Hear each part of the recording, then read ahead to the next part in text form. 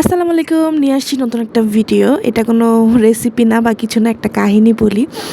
তো ৪ বছর সংসারে, তো যখন প্রথম আমি নিজের সংসারে রান্না করতে যাই, তো আমি তো রান্না বান্না পারতাম না, ঢ্যাঁড়স ভাজি করতে যাই। তো প্রথমে তো ঢ্যাঁড়স আমি কেটে তারপরে ধুইছিলাম।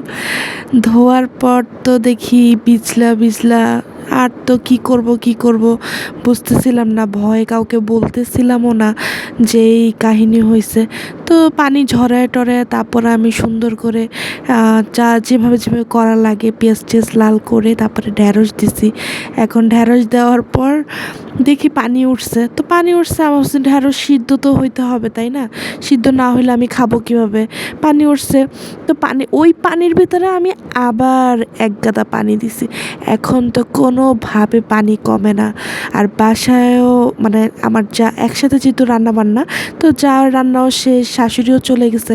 আর ভয়ে কিছু বলতেছি না, পরে যদি আবার মাও কিছু বলে যে এতটুকু জানো না যে ঢ্যাঁড়সে পানি দিতে হয় না।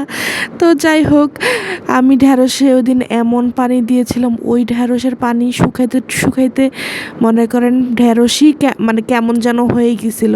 তো আজকে ঢ্যাঁড়স রান্না করতে করতে, ভাজি করতে করতে মনে পড়লো, তাই ভাবলাম শেয়ার করি এই মজার ঘটনা, যে কতটা বোকা ছিলাম, যে রান্নার রও জানতাম না আসলে। তারপর কি ওই ঢ্যাঁড়স আর ওই দিন খেতে একটু মজাও লাগে না। আর আজকে এখন কত সুন্দর করে ঢ্যাঁড়স ভাজি করি, এক ফোঁটা পানি লাগে না, কি সুন্দর করে ভাজা ভাজা হয়ে যায়, সুন্দর করে সিদ্ধ হয়ে যায়। আসলে সব হলো রান্না বান্না উপর ডিপেন্ড করে। আজকের জন্য এতটুকু, আল্লাহ হাফেজ।